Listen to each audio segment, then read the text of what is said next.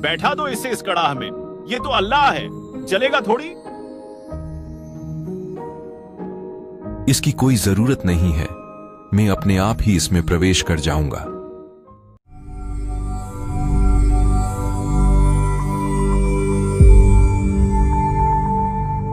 दिल्ली के बादशाह सिकंदर लोदी के जलन के रोग को ठीक करने के बाद बादशाह सिकंदर लोदी कबीर साहिब को काशी से दिल्ली ले आता है। वही कबीर साहिब जी ने जनता के सामने एक दरिया में बहते हुए जा रहे मुर्दे को तथा सिकंदर लोदी के पीर शेख तकी की मृत बेटी को कब्र से निकलवाकर जीवित कर अल्लाह होने का प्रमाण दिया। देखिए ये संपूर्ण कथा हमारे पहले वाले वीडियो में, ऊपर आई बटन पर क्लिक करें या वीडियो के डिस्क्रिप्शन से देखें। कबीर साहिब की महिमा दिन ब दिन बढ़ती जा रही थी, लेकिन ये सब शेख तकी के लिए घाव पर नमक छिड़कने के समान था। सिकंदर लोदी ने कबीर साहिब को अल्लाह स्वीकार कर उनसे उपदेश ले लिया था, जो कि शेख तकी को बहुत चुभ रही थी कि अब उसकी महिमा खत्म हो गई है। शेख तकी ने सिकंदर लोदी से बोलना बंद कर दिया और कबीर साहिब जी को नीचा दिखाने के लिए प्रयत्न करने लगा। शेख तकी मुसलमान भाइयों को इकट्ठा करने लगा। यह कबीर सचमुच कोई जादूगर लगता है। बादशाह इसे अल्लाह मान बैठा, लेकिन अल्लाह शरीर में नहीं आता। इसकी एक और परीक्षा लेंगे। हुक्म कीजिए पीर जी, आप हमारे नबी हैं, क्या किया जाना चाहिए? इसे खत्म करना होगा। ये तो अल्लाह है ना, मरेगा थोड़ी। इसे उबलते तेल के कड़ाहे में डालकर देखते हैं। ये कोई छल कपट से चमत्कार कर रहा है तो मर जाएगा, अन्यथा बच जाएगा। सभी ने जाकर सिकंदर लोदी को यह बात बताई कि कबीर की एक परीक्षा ली जाए। हम ऐसे ही क्यों इसे अल्लाह मान लें? सिकंदर लोदी को चिंता हुई कि शेख तकी के इशारों पर पूरा मुसलमान समुदाय नाचता है। सिकंदर लोदी अपने पीर शेख तकी के पास गया।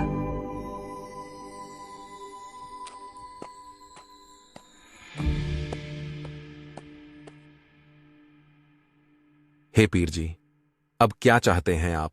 कबीर साहिब ने 3-3 मुर्दों को अपनी आंखों के सामने जीवित करके अल्लाह होने का सबूत दिया है। मुर्दों को जीवित करने से कोई अल्लाह थोड़ी आ गया। जब तक कि वह एक और परीक्षा ना दे, मैं उसे अल्लाह नहीं मान सकता। अब कैसी परीक्षा चाहते हो आप? उसे उबलते तेल के कड़ाह में बैठकर यह साबित करना होगा कि वह अल्लाह की जात है। वह अल्लाह ही है तो जल थोड़ी जाएगा।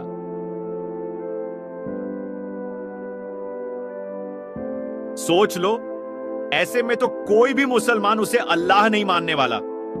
जब तक मुसलमान भाई उसे अल्लाह नहीं मान लेते, तब तक तेरी गद्दी खतरे में ही रहेगी।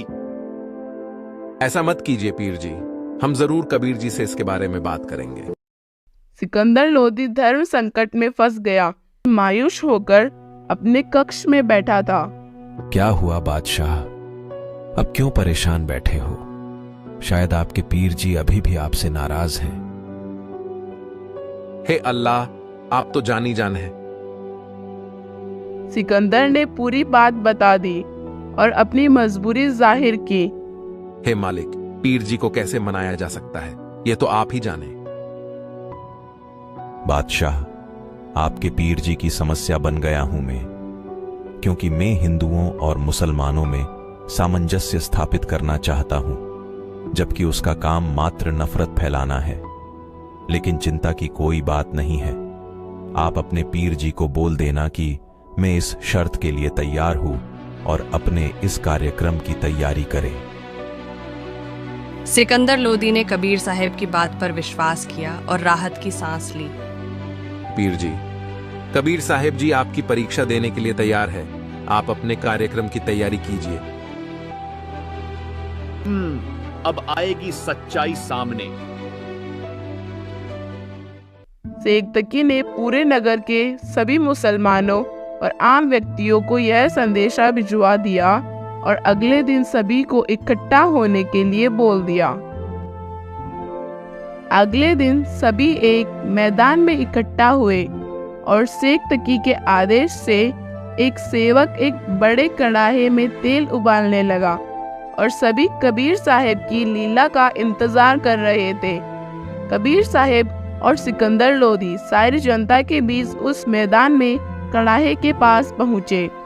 तेल बहुत गर्म होने के कारण भयंकर रूप से उबल रहा था।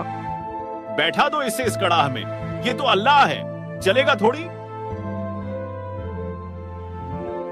इसकी कोई जरूरत नहीं है, मैं अपने आप ही इसमें प्रवेश कर जाऊंगा। कबीर साहब वहां से उड़कर तेल के कड़ाहे में प्रवेश कर गए और आराम से उसमें बैठ गए। सभी लोग हैरान थे कि कबीर जी को कुछ हुआ ही नहीं। सेक्तकी को और भयंकर जलन हुई। ये सचमुच जादू जंतर जानता है। यह तेल जैसे दिखाई दे रहा है वैसा गर्म नहीं है। इसने तेल की तासीर ठंडी कर दी है। यह बस उबलता हुआ दिखाई ही दे रहा है। सिकंदर लोदी ने सोचा कि सच में कबीर साहब तो बहुत शांति से बैठे हैं। क्या सच में तेल गर्म नहीं है? देखे, मैं देखता हूं कि यह गर्म है या नहीं। बादशाह, इस नादान शेख तकी की बातों में मत आना। इस तेल के तपन का कोई अंदाजा नहीं है। इसमें अंगुली डालते ही आपकी अंगुली नहीं रह पाएगी। सिकंदर लोदी को विश्वास नहीं हुआ और सोचा कि कबीर साहब जी भी तो है इसमें, तो मेरी अंगुली को क्यों आँच आएगी। कबीर साहब के मना करने पर भी उसने अपनी अंगुली तेल के कड़ाहे में डाल दी।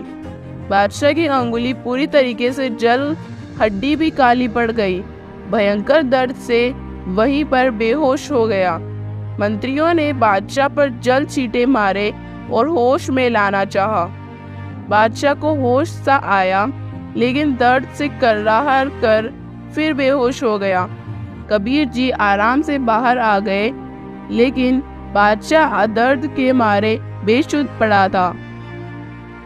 कबीर साहब जी ने बादशाह की अंगुली पकड़कर अंगुली को वैसा ही पूरा कर दिया। बादशाह को होश आ गया। लोगों ने कबीर साहब जी के जयकारे लगाए और कई लोगों ने उनसे सद्भक्ति ग्रहण की।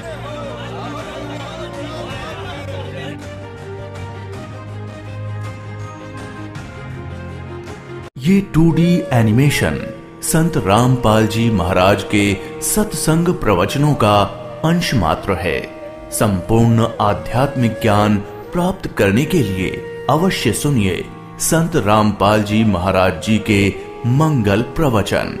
आप संत रामपाल जी महाराज जी के मंगल प्रवचन संत रामपाल जी महाराज एप्लीकेशन पर भी सुन सकते हैं तथा उनके द्वारा लिखी पुस्तकें भी डाउनलोड कर सकते हैं।